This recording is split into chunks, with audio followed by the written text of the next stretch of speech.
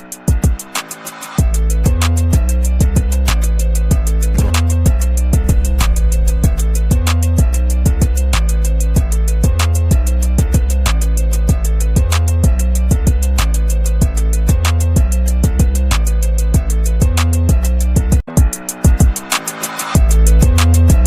and welcome to another exciting episode of the Andre The Beast Crayton show. Today is an extraordinary show.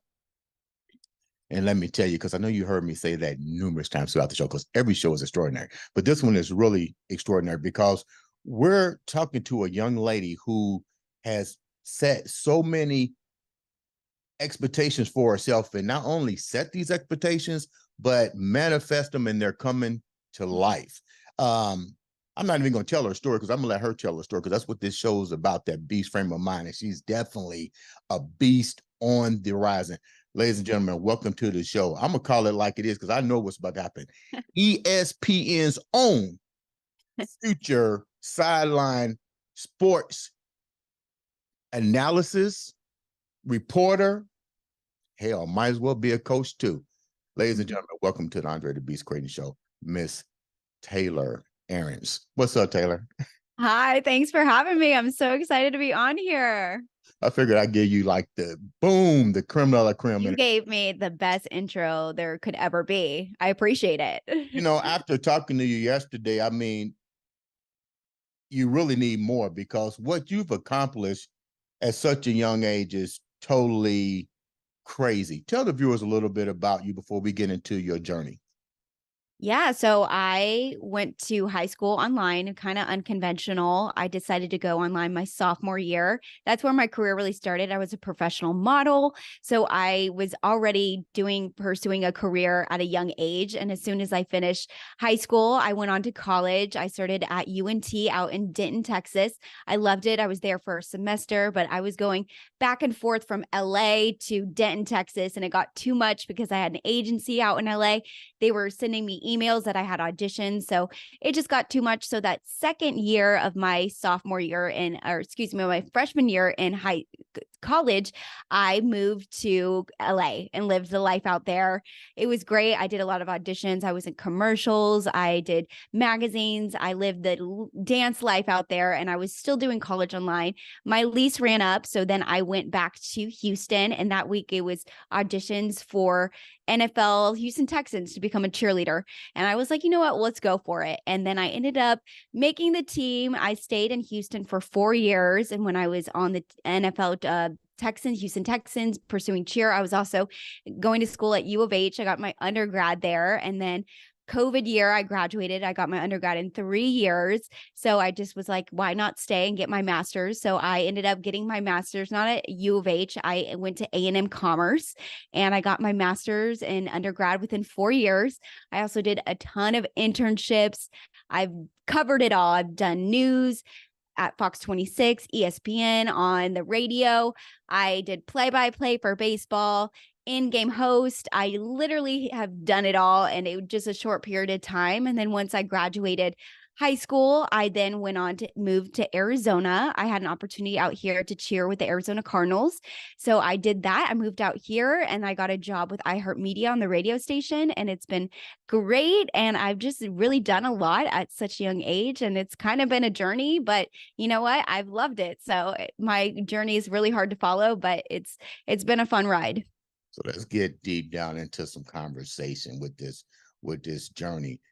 At 24 years old, all of a sudden you decided that you want to do online schooling. Tell me how it was in your family structure. Like, you just didn't decide I want to do online schooling. You was already involved in some pretty much adult programming with events that could have elevated your career at the time. And I assume that's what was happening with your mom putting you in these different organizations. Your career probably elevated a lot quicker than what you expected. Totally. So when I was in high school, my mom was an online teacher for physical education and health. So she already had a school that I knew of that was online. But back then when I went to high school, it was unheard of to go online. And right. I remember I lived in Philadelphia at the time, and no one was on board with it. They were like, "What are you doing? Why are you doing this?" And I was like, "You know what? I'm doing what's best for me because I have an opportunity." And I was flying out to St. Louis every weekend doing Mhm. modeling, and it was a big prestigious company, and I was getting recognition in the dance world, which is so small, but Right. it was making great money, and I knew that's what I had to do for myself. And I knew at a young age that I was able to pursue both school and be able to pursue a career, because usually when you go to a brick and mortar school, it's a lot of like riffraff during the day. You watch movies sometimes, you just Right. eliminate all of the like busy work that you do, and you just get your work done in online school. And I really think that was the best thing for me in that situation. And my parents supported me. Taylor, how old were you when you made this decision? Because the viewers will be looking at this particular interview and be like, okay, you're 20, you're just now 24 years old. How were you able to make decisions? Like, what age were you when the decisions came? But people need to understand you didn't, quote unquote, make the decision by yourself. I'm pretty sure you collaborated with your mom and dad and so forth. But how old were you about this time? I want to say about 15 or 16 is when I made that decision to go online. And it was a big decision, but I've always had an older soul. So Right. I've always been more mature for my age. Okay. So I've always been trusted by my parents, and they knew that this was something I wanted to do. So they had 100% trust in me that this is what I needed to do. When did the one reality click for you that you says, oh my God, now I see what's going on? That what you call light bulb moment. When did that happen? I think for me, that light bulb moment, see, I was always a hard worker. Mhm. Not when it was funny, like when I was in elementary school, my drive wasn't as where it is now. Like sometimes I would go to like dance competitions and like hide in the bathroom because I didn't want to dance. I just wanted to, I don't know, mess around. But Yeah. I think it was like my maybe eighth grade or my freshman year of of high school is Mhm. when I all of a sudden like just had this aha moment. And I think it's when I started working for the modeling business. Like I have something special and I was meant to do something great. But the only way I'm going to achieve greatness and get all these things that come my way is if I work hard. Right. So that was the moment that I really, I think, I don't know if it was a certain day, but it was just I know it was like my freshman year of high school that I was like, okay, these opportunities are coming my way at such a young age. I need to capitalize on them. Right. And the only way to do that is work hard, because that's how you get anything in life, is through hard work. Which one do you like the best through this short, brief, overwhelming part of your career? Do you like the modeling better or did you like the dance? How did you determine which one was going to take you to that next level? I think for me, I loved dancing. I think dance was always a passion for me. So when I was a young girl, I always knew that I wanted to be a professional cheerleader, because usually Right. when you are a dancer growing up, your goal is to be a backup dancer for a big time artist, being on tour, whatever it is. It's not usually be an NFL cheerleader. So Right. I always knew that in my mind that I wanted my dance career to take me to the NFL and be able to do dance for sports, because that's where my true passion was. Mhm.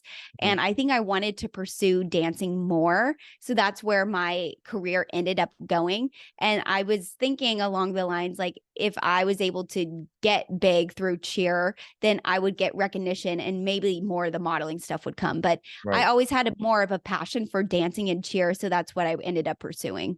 Which part of the dancing do you like? My daughter did dancing for many years. Do you like the lyrical? Do you like individual? Do you like the competition part of dancing? Because clearly you're a unique individual. You like to have your own shine. So you're in dancing, and people that don't know dancing, there's different areas of dancing when competition wise and so forth. Which part did you specialize in, and which part did gave you more of a challenge that you now look back and go, wow, I wish I had perfected that part of the dance because now I'm cheerleading. Right.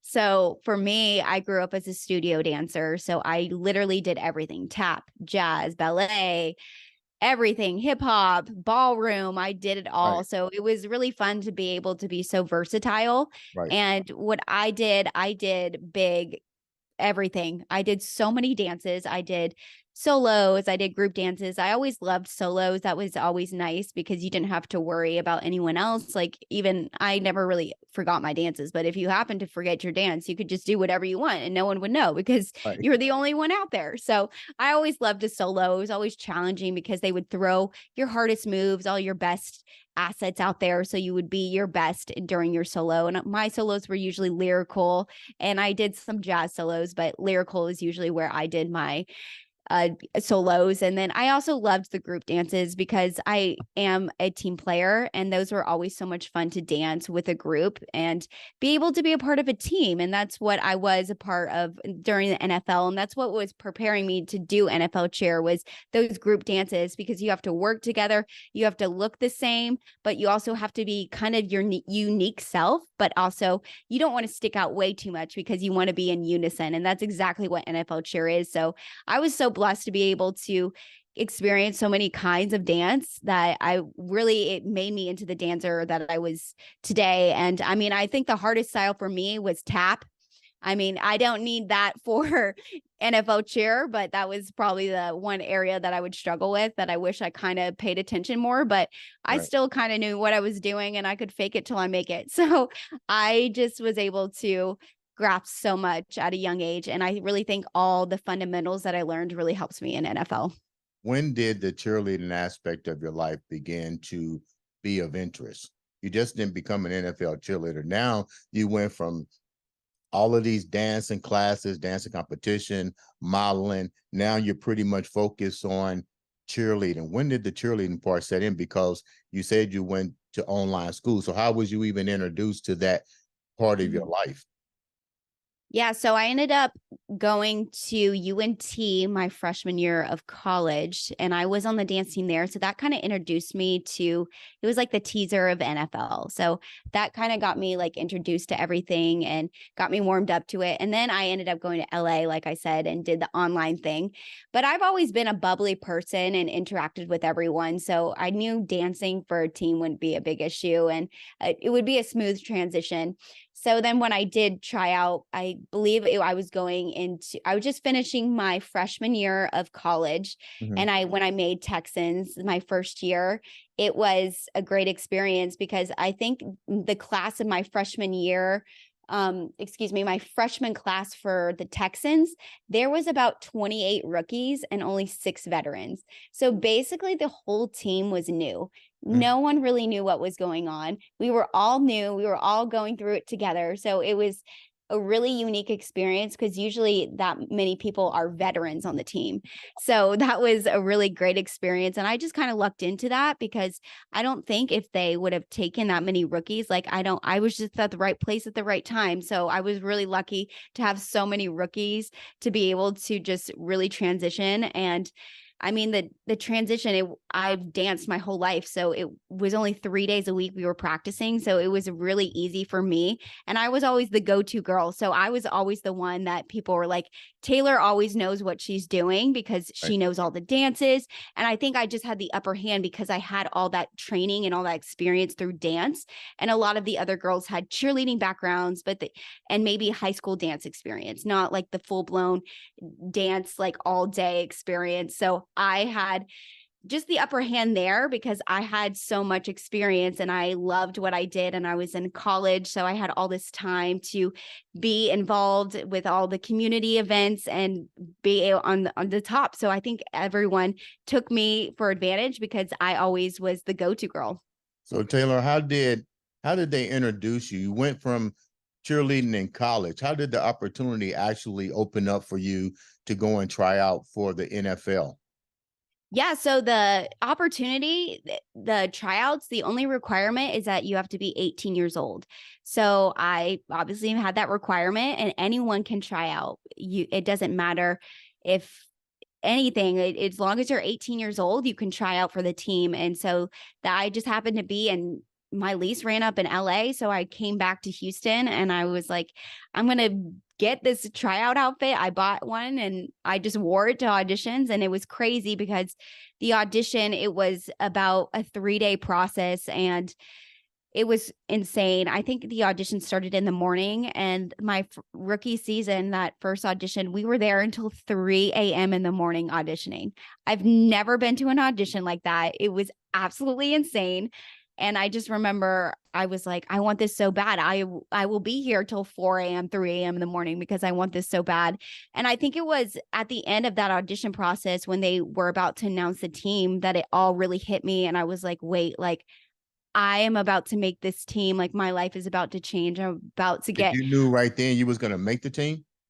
So I didn't know. Like, I really thought I was going to, but you just never know in this industry. You could have everything and you could just not fit the look, because that's what is about dance world, NFL cheer world, is that it's very subjective. Like, they could be looking for a certain person, and just because you're great doesn't mean that they'll pick you. So Right. you just never know for this process. So I was in the running. There was about 50 of us and they only took 35. So I had a really good chance. And I just remember I didn't know, but I had a really good chance. What did you feel when you walked onto the field?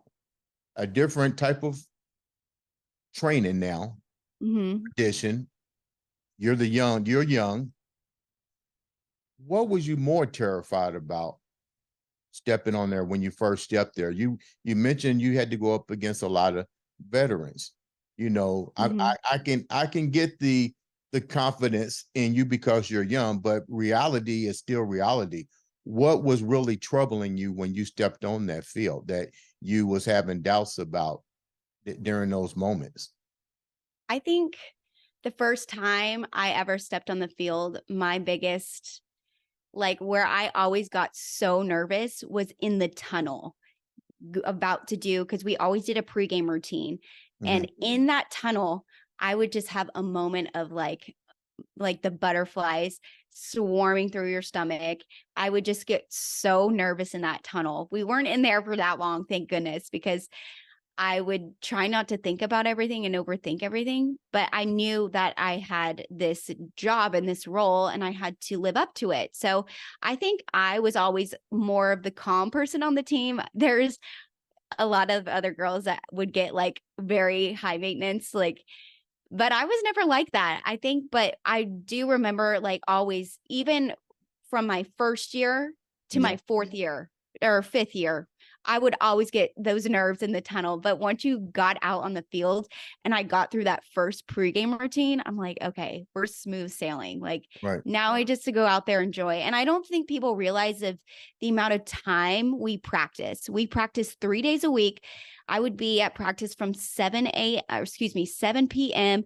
to 11 p.m., maybe 12 p.m. So we put so many hours of practice that I would use those game days to enjoy the moment, because we put so many hours practicing.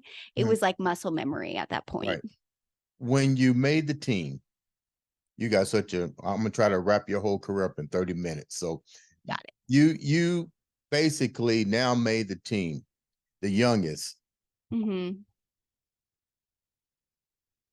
What happens then? And then what tell me some of the highlights of your NFL journey real quick. What's some highlights? You're 18 years old, and definitely you walked on there with confidence, because it don't appear like you were shaken by any means. So if coming through the tunnel is your biggest fear, I'm gonna have you on my team all the time. Right. You made the team. What's the biggest highlight now? So I would say the biggest highlight, I've had a lot of great things in my career. My first year on the team, we had the opportunity to go on a USO tour. We had to apply for that, and they only took 10 girls to go on the tour. And I was selected. I have a big background with military and Army. I have a lot of people in the military in my family. So I applied for the position and I was able to get it. So I went to Abu Dhabi, Qatar, and Djibouti, Africa. We put on a show. We got to tour the bases. That was the most life-changing experience ever. And I was so blessed for that. So that was my first year. Wait, why was it life-changing for you? You're 18 years old, traveling abroad. Why was it so life-changing for you at that moment? You would think the fact that you made the NFL cheerleading team is one life-changing moment, but now you're overseas. So from your own experience, what was so life-changing about that brief moment? Yeah, that experience, I think it was just because we were able to go to these military bases and just make such a big impact. And being able to go overseas and see what they had to experience and just really put yourself in their situation. They were living deja vu every single day. And them seeing us was in their eyes. I can't get over their eyes. Like they lit up when they saw us because their life was the same every day. So just seeing us and being there, our presence, we were making their day so much better. And we had so much fun. We were doing so many activities with these people. And I just think that putting myself in that situation at such a young age, I was able to realize of how blessed we are to have what we have and what it's like to be overseas and be put in these situations. Like I remember we're in Djibouti, Africa, and we met with the head general of the base, and he was like, in the country next door, they're having a full-blown war right now. And we're just like, oh my gosh. Like it was just so eye-opening at such a young age. And it just really put my life into perspective. Like I am so lucky for everything I have.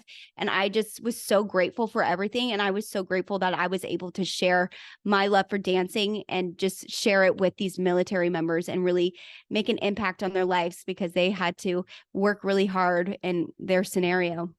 You made the NFL Pro Bowl team. We talked Yes. about that. Yes. Had to be mind blowing.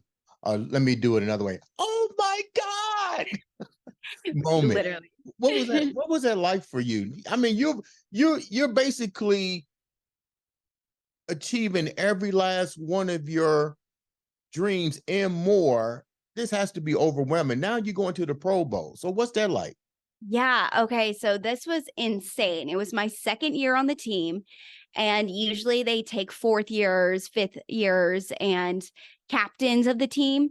And I Right. remember, so we have a vote, your teammates vote for you and your coaches vote for you.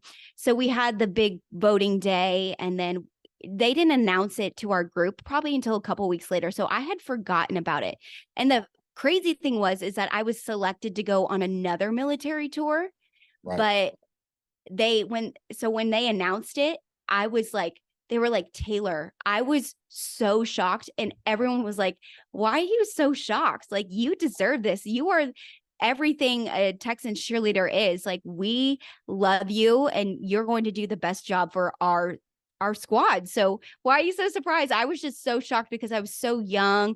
And I mean, I knew I had the talent and I knew I was the go-to girl. And I knew that I put my blood, sweat, and tears into cheer. So I think that I deserve to go, but I just didn't know. Like it's How does that that make same, you like, feel that these veterans on the Texan football team saw enough in you to bless you with the opportunity to go to a Pro Bowl representing their team? yeah, it was just one of those moments that like you're lost for words because it's another one of those blessed moments. Like, wow, the reason that I was able to get Pro Bowl at 20 years old is because I worked extremely hard. And it was just gratification that even though I wasn't a per se captain on the team at that time, I was still a leader and everyone knew that I made an impact on the team. And it was just clarification that I was doing what I needed to do and just was the best one out there for my team and just the helping hand. And it just made me feel so blessed to be in this situation because I loved cheer and I loved everything about the Texans. So it was just a great opportunity. And I was just filled with so much love that my teammates had that belief in me because honestly, I didn't know, but I believed in myself that I could do it once I was given that position. And I knew that I was going to excel when I went over to Pro Bowl. What did you learn from that moment? What was the one impact moment when you got off that plane to the Pro Bowl? What was the one inspiration that you still remember to this day? Yeah. So to this day, So the whole Pro Bowl experience was life-changing. Everyone from each NFL cheer team went to Pro Bowl, and one person was represented, and it was just amazing. It was like the elite squad because it was the best of the best. And I remember I had so much fun, all the performances, all the community work we got to go to. It was just so life-changing. And then there were two people that were in charge of us. They were one of them, his name is Maria. She's with a group, it's called E2K, but they were essentially our coaches of the week. And Mhm. I remember that last day at the Pro Bowl dinner, she came up to me and she said, Taylor, she's like you remind me of my daughter, and I am so proud of you of what you have done at just in short amount of time. She said, you are going places. I can't tell you the amount of people that came up to me and they were saying, who is this Texans cheerleader? She is amazing. Like her heart, her performance, she has it all. And I just remember her saying that. I was like, that is probably the highest compliment I can ever receive Mhm. from a coach, comparing me to her daughter. I Right. remember that moment will always stick with me. And that just was another clarification moment that my work is being seen. Like, even though it might feel like it's not being seen, I'm doing everything right and people are noticing. I tell you who else is noticing, and we shared this. You're also making a major impact on the high school level with your broadcasting journey. Tell me a little bit about that. The broadcasting journey has been so much fun. I got into high school football actually I think this is my third year working with Mhm. high school football and learning. I mean, just now from looking back to where I am now, it's Right. crazy the transition, because now I'm like the Aaron Andrews of high school football, because I learned so much from that first time I stepped on the field till now. Just like the post game interviews and just everything in general, I've grown so much, and it's been so fun to see the growth, because at one point I was afraid to even go up to the coaches or the athletes after the game. My first year I was on the sidelines, but now I will gladly run up to them and grab them and say, we're doing an interview. So Mm. it's just been a confident booster, and I love sports. So it's been so much fun to be a part of the high school football sidelines and being able to make so many connections, because everyone knows who I am now. And now that I've been working with high school football athletes and coaches for about 3 years now, it's been so much easier to get interviews, and just my confidence is through the roof. And I think it's really helped me a lot. We shared something during the pre-interview that I thought was really touching. We talked about the engagements of a cheerleader, and we talked about uh, sports celebrities and fans when individuals go to these events. And I was sharing my experience. I thought it was like I would like to see more engagements from both the players and anything. I mean, there are some people that pay a arm and a leg to get those tickets, whether it be baseball, basketball, whatever. And it takes less than a second for somebody to go up to a stand or something and engage with these people. You want to see something different happen like that. Tell me a little bit about that. Yeah, so I think it's the cheerleader in me that I love to interact with fans and all the cheerleaders down there. And it's really unconventional to see a reporter actually be down on the field the entire time. Most people just hang out in the press box, and like you said, they don't want to be seen and just make those little interactions. But Right. that's the moments that you want to be down there for all the close-up actions, and being able to do things with the cheerleaders and the band members and all the fans. Like, I know the cheerleaders and the band members, they work just as hard as the football players to do all the entertainment and get the spirits up of the crowd. So I actually do a lot of my in-game like hits. I do them with the cheerleaders. I get the bands involved and the crowd involved. I will actually go up into the stands and immerse myself in the stands, and they just love it. They go like insane when they see a microphone, especially high school athletes. They love when a microphone's around them, because they want the recognition too. Like, Right. I am there because they are there. Right. And I think the reason I love being involved is because I was a cheerleader, and I know how hard it is And I loved being involved. And like I said in the beginning, I like to see the close up interaction. Like not too long ago, I was at a game and the coach, he had the biggest touchdown dance ever. It was the most amazing thing, but I wouldn't have been able to see that up in the press box. And I actually used that in my post game interview. I was like, Coach, that celebration dance, I was like, that was insane. And I just used it, and it makes it more personal because they're able to relax and then give me more of a confident answer because I'm just chatting with them like one-on-one as opposed to just those robot questions. But since I was down there and I saw it, I can make it relatable, and it actually brings out a better answer in those post-game interviews. I like the way you said it because, like I shared with you when I was at the NFL Combines, even though it was a privilege to be there, I Right. really wish that they had it to where the players that visited the Combines, like I said, I told you I tried to text Rich Eyes on his social media, and I'm sitting there looking at this guy like, okay, dude, you can't help but to see me because where I'm sitting at, and I seen people walking on the field with their phones. I'm thinking, why Mhm. would you invite people to an event of this magnitude Right. for I was there every day and to really not even engage? Like I could have watched this, excuse me, I could have watched this shit on TV and I got, know. I mean, and had a popcorn food or whatever. But I like the fact that you saw what I saw. Mhm. Interact. If you want people to get immersed outside of television, then immerse with them. It's PR, public relations, what I call it. Totally. And it's like we said in our pre-interview that you never know who you will interact with. Thank you. Either if it's on the sidelines, in the Right. crowd, everyone comes into your life for a reason. So being able to make those connections is huge, especially for a broadcaster like me. Like I need to get to know the athletes. I need to get to know everyone on the sidelines, big or small, because if they can help me in any way, that's how you really grow through this industry. So there's no need to shy away from people or even just saying hi. It takes 2 seconds to say hi. You're going to be the next Aaron Andrews. Who's your favorite female sports broadcaster? Yeah, I have a You Aaron know what? I'm Andrews. gonna give you Right. three because if you pick one, somebody's gonna be mad at you. Right, right. Give me I do. three. I have a lot of influence. Erin Andrews, she's obviously on my list.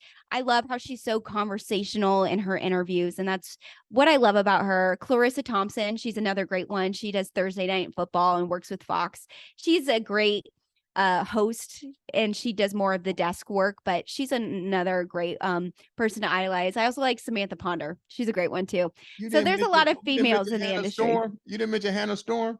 Hannah, see, I need everyone. I love all females. Okay. So before we wrap up, you on a whole different journey as well, and I like it. I've been following your career. My hat's off. You're definitely that beast mindset. I love it. You accomplished a lot at 24. But you on another journey too outside of broadcasting. Launching a brand new podcast. Tell a little bit about that. Yeah, so I started Sideline Attraction. It is a podcast to get to know athletes beyond the stats. And I started this podcast because I'm a broadcaster and it's really hard to get a job in this industry. And especially when your biggest feedback is that you don't have experience. So I said, you know what? I'm going to make some experience. I started this podcast about a year ago, maybe a little bit less, but it's been so much fun being able to interview athletes, NFL, MLB, hockey. I've had rugby players, tennis players, fencers. I've had so many different types of athletes. It's been so much fun. And then since I had that experience, I do everything on my own, the editing, the scheduling, the making everything. It's a one-woman show. So I started another podcast with Texas high school football since I had that experience. So Friday now Night I'm Lights. right, Friday Night Lights, and I interview those about 5 athletes per week and have them on the podcast. They're short little interviews, but they're really great for high school football because it is, if you guys don't know what high school football is in Texas, it's huge. It's sometimes bigger than small colleges.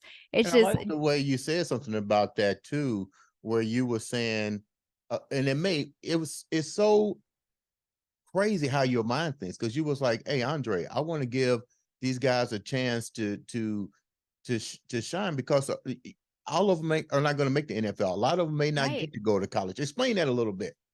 Yeah, so a lot of athletes, especially in high school, like that's all they got. And some athletes are really great and they don't get that recognition. No one really knows about them because they don't go to the big schools. They don't Right. have that platform where they can really show off what they have. And there's a lot of athletes that are really great and they reach out to me and I'm like, sure, you can come on my podcast. Like, come on. I am gladly help you. You help me and we get the recognition for you, your school. Everyone wins in the situation. So I think being able to really highlight the athletes is Right. huge. And that's what's really the thing nowadays. It was especially with NIL, Right. everything. Everyone wants to know the athlete. And that's what I do best is getting to know the athlete because that's what everyone wants to know nowadays. Taylor, man, you are definitely a pot of gold. That's so sweet. Thank you But so much. but leave the viewers before we wrap up. Leave the viewers with what you live by every day, because you got to wake up and be Mhm. like, okay, what is your code to live by? Oh, I have so many codes. You can give I'm me like the you m can give the viewers 2 or 3. alright, yeah, 3. We can post the whole rule book later. But there's a couple things that I so a lot of the big one in my life, I go through phases. The one I'm really going through right now, it's about the journey, not about the destination. Because sometimes I get so caught up in what is that final destination, I don't even enjoy the ride. I'm Right. going through the ups, the downs, the twists, the turns, and that's what's going to make that destination so much more rewarding is what I went through. And I think that leads into my next little uh motto that I live by is that don't be afraid to fail because failure is just redirection. It's just change. And it's how you really respond to that and how are you going to learn and how are you going to grow from that situation? Because I don't think there's anything as failure. It's really about how what you do with the failure. You can choose to just dwell on it or you can choose to, be a better version of you. And that's how really I've been able to deal with a lot of the no's that come my way, the rejections. And I just take it as, you know what? Like, okay, sure. Like, you reject me. Fine. I'm going to go be better. How can I be better? How can I elevate better? So, those are probably the two little tidbits that have been a big part of my life right now is that, like, you just got to enjoy the journey. And when you fall, you get right back up. And failure is just redirection. Ladies and gentlemen, this has been another exciting episode with the one, the only Taylor Arenz on the Andre the Beast Crayton show.